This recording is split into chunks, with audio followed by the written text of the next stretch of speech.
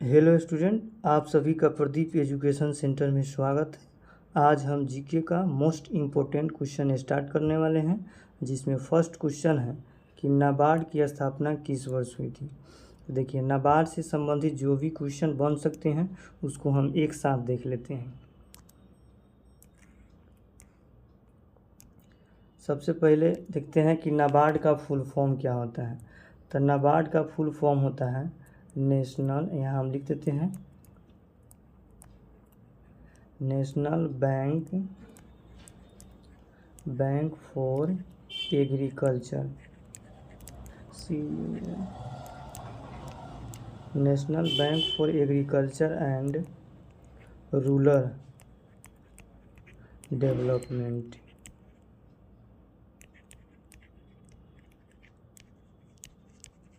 ठीक, तो नाबार्ड का फुल फॉर्म लिख दिए, national bank for agriculture and rural development है। इसका स्थापना कब होता है?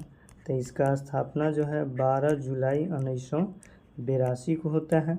समिति कौन सा है? तो समिति जो है शिवरमन समिति है, शिवरमन समिति है। ठीक, उसके बाद इसका हेड क्वार्टर कहाँ है? तो इसका हेड क्वार्टर जो है मुंबई में है। चलिए अब क्वेश्चन को देख लेते हैं हम। तो क्वेश्चन में क्या है? क्वेश्चन में है कि नाबार्ड की स्थापना किस वर्ष हुई थी। तो नाबार्ड की जो स्थापना है 12 जुलाई 1982 को हुआ था। समिति अभी बता दिए हैं, शिवरमन समिति है। ठीक, उसके बाद देखिए 1 जनवरी 1949 को क्या हुआ था। 1 जनवरी 1949 को जो है आरबीआई का राष्ट्रीयकरण हुआ था। 1 जुलाई 2017 को है जीएसटी जो लागू हुआ था, 1 जुलाई 2017 को हुआ था। और 2 अक्टूबर 1975 को जो है आरआरबी यानी क्षेत्रीय ग्रामीण बैंक की स्थापना हुआ था। चलिए नेक्स्ट क्वेश्चन देख लेते हैं। नेक्स्ट क्वेश्चन में है कि आरबीआई के पहले गवर्नर कौन थे। तो आरबीआई के पहले गवर्नर कौन थे? तो आरबीआई से संबंधित जो भी क्वेश्चन बन सकते हैं उसको एक साथ देख लेते हैं, उसके बाद क्वेश्चन को देखेंगे। चलिए तो आरबीआई का सबसे पहले अधिनियम हम जान लेते हैं। तो आरबीआई का जो अधिनियम है 1934 का अधिनियम है। लागू कब होता है? तो लागू जो है 1 अप्रैल 1935 का लागू होता है। 34 का अधिनियम है, लागू कब होता है? 1 अप्रैल 1935 में। स्थापना के समय जो है इसका मुख्यालय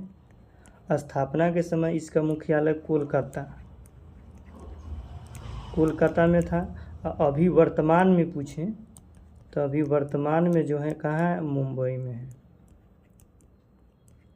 ठीक, उसके बाद पूछे कि आरबीआई के 23वें गवर्नर कौन है। तो आरबीआई के जो है 23वां गवर्नर रघुराम गोविंद राजन है।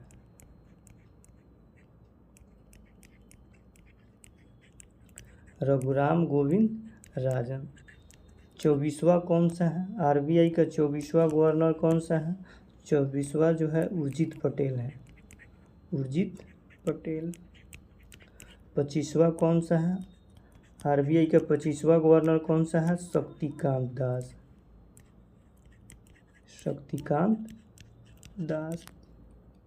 उसके बाद अभी पूछे आरबीआई से संबंधित, अगर पूछे कि आरबीआई का स्थापना हम बता दिए हैं। आरबीआई के पहले गवर्नर कौन है? तो आरबीआई के पहले गवर्नर जो है ऑसबोर्न स्मिथ है, ऑसबोर्न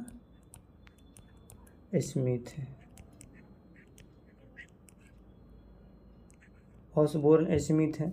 आरबीआई के पहले गवर्नर पूछता तब जो हो जाता है इसका सीडी देशमुख। ठीक, चलिए अब हम क्वेश्चन को देख लेते हैं। इसमें क्वेश्चन में कहा गया है कि आरबीआई के पहले गवर्नर कौन है। तो आरबीआई के पहले गवर्नर ऑसबोर्न स्मिथ।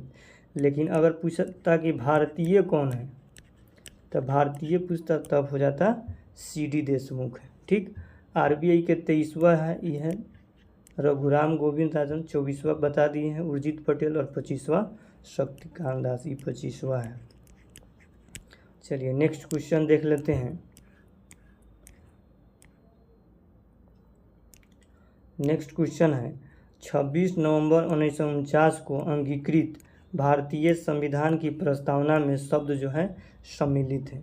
तो देखिए इनमें 3 बात जोड़ा गया था, कौन कौन सा? समाजवाद, पंथनिरपेक्ष और अखंडता। यानी इसका आंसर जो हो जाएगा ए, बी और सी सही। ए, बी और सी इसमें तीनों सही हो जाएगा। ठीक, इसमें कुछ और बातें ऐड कर देते हैं हम। जैसे अगर पूछे कि इसमें कितने प्रकार का न्याय है, तो इसमें जो है 3 प्रकार का न्याय है। कौन कौन सा न्याय है? सामाजिक, यहाँ हम लिख देते हैं सामाजिक, आर्थिक और राजनीतिक। इसमें 3 प्रकार का न्याय है। अगर पूछे कि स्वतंत्रता कितने प्रकार का है, तो इसमें स्वतंत्रता जो है 5 प्रकार का है। कौन कौन सा है? यहाँ हम लिख देते हैं विचार,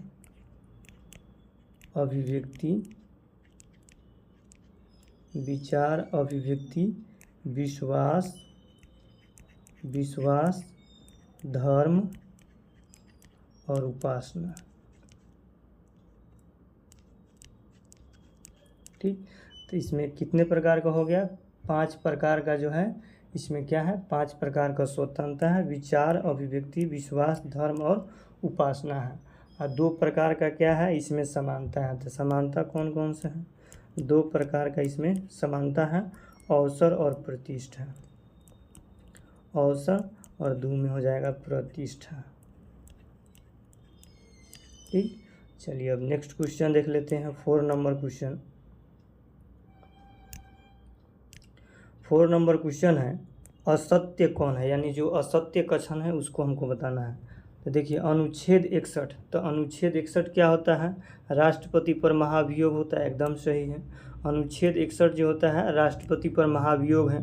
अनुच्छेद 72 राष्ट्रपति द्वारा क्षमादान, और राष्ट्रपति द्वारा क्षमादान कितना होता है? अनुच्छेद 72। और राज्यपाल का कितना होता है? 161। उसके बाद अनुच्छेद 123 राष्ट्रपति के अध्यादेश शक्ति, अनुच्छेद 123 ये भी सही है। उसके बाद राज्यपाल पूछे तो अनुच्छेद 213, लेकिन इसमें दिया है राष्ट्रपति के कार्यपाल, जो कि गलत है। तो इस कथन में असत्य कथन कौन है? Option number D. ठीक, राज्यपाल का जो अनुच्छेद होता है ना, वो अनुच्छेद 213 होता है। चलिए नेक्स्ट क्वेश्चन देख लेते हैं।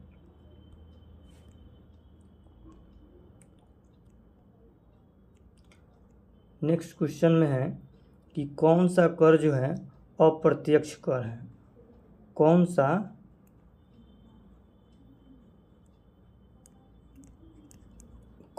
कर अप्रत्यक्ष कर है? तो अप्रत्यक्ष कर कौन सा हो जाएगा? जीएसटी। अब जीएसटी से संबंधित जितने भी क्वेश्चन बन सकते हैं उसको हम एक साथ देख लेते हैं। ये लागू कब हुआ था? तो हम यहाँ पे लिख देते हैं 1 जुलाई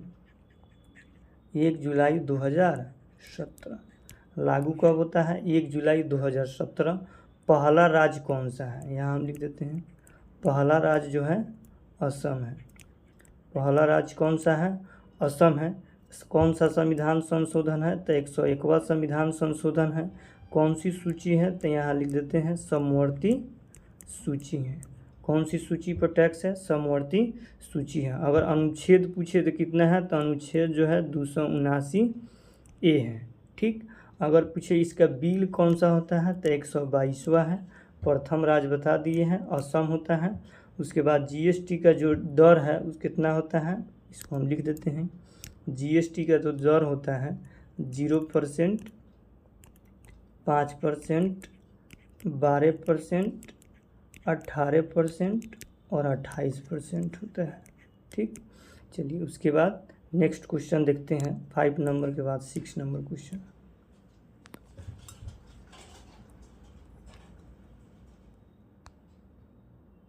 सिक्स नंबर क्वेश्चन है मलाक्का जल संधि किन 2 भागों को जोड़ती है? तो फारस की खाड़ी और ओमान की खाड़ी, ये क्या हो जाएगा? हारमुज जल संधि। हारमुज जल संधि हो जाएगा। भूमध्य सागर को अटलांटिक महासागर से जोड़ता है, ये कौन सा हो जाएगा? जिब्राल्टर जल संधि है, जिब्राल्टर जल संधि है। भूमध्य सागर को लाल सागर से जोड़ता है, ये कौन सा हो जाएगा? स्वेज नहर। और उसके बाद अंडमान सागर और दक्षिणी चीन सागर कौन सा होता है? मलक्का जल संधि है। देखिए फारस की खाड़ी और ओमान की खाड़ी होगा तो हारमुज जल संधि हो जाएगा।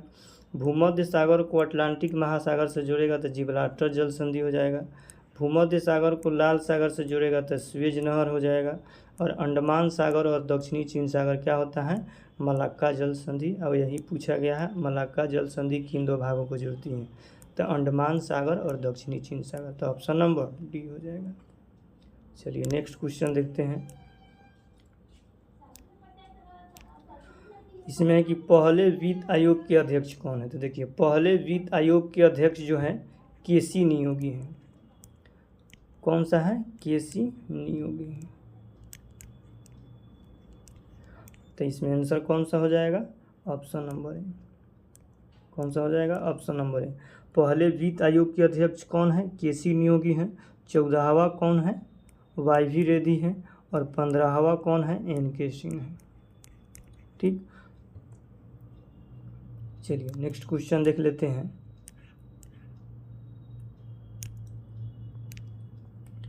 कौन सा परमाणु संयंत्र कर्नाटक में स्थित है? चलिए हम देखते हैं। कह रहा है 8 नंबर क्वेश्चन में कौन सा परमाणु संयंत्र कर्नाटक में स्थित है? तो कहेगा कहाँ है? कर्नाटक की है। ककरापार कहाँ का है? गुजरात। उसके बाद ब्रांक क्या है? ट्राम्बे महाराष्ट्र। ट्राम्बे महाराष्ट्र, ट्राम्बे महाराष्ट्र। उसके बाद नरौरा कहाँ का है? उत्तर प्रदेश का है। कहाँ का है? उत्तर प्रदेश। चलिए नेक्स्ट, तो इसका आंसर कौन सा हो जाएगा? Option number A. 8 के बाद 9 नंबर क्वेश्चन देख लेते हैं। 9 नंबर क्वेश्चन कह रहा है कि निम्न में से कौन सा कथन असत्य है?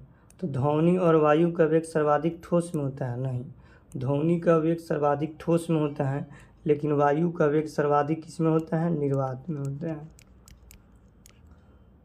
निर्वात यानी हवा। इसका निर्वात में प्रकाश की चाल कितना होता है? 3 × 10⁸ मीटर पर सेकेंड होता है। ध्वनि एक अनुदैर्ध्य तरंग, एकदम सही है। ध्वनि के मापने की इकाई डेसिबल, ये भी सही है। प्रकाश एक अनुप्रस्थ तरंग, ये भी सही है। तो कह रहा है इसमें कौन सा कथन असत्य है? तो ऑप्शन नंबर ए। चलिए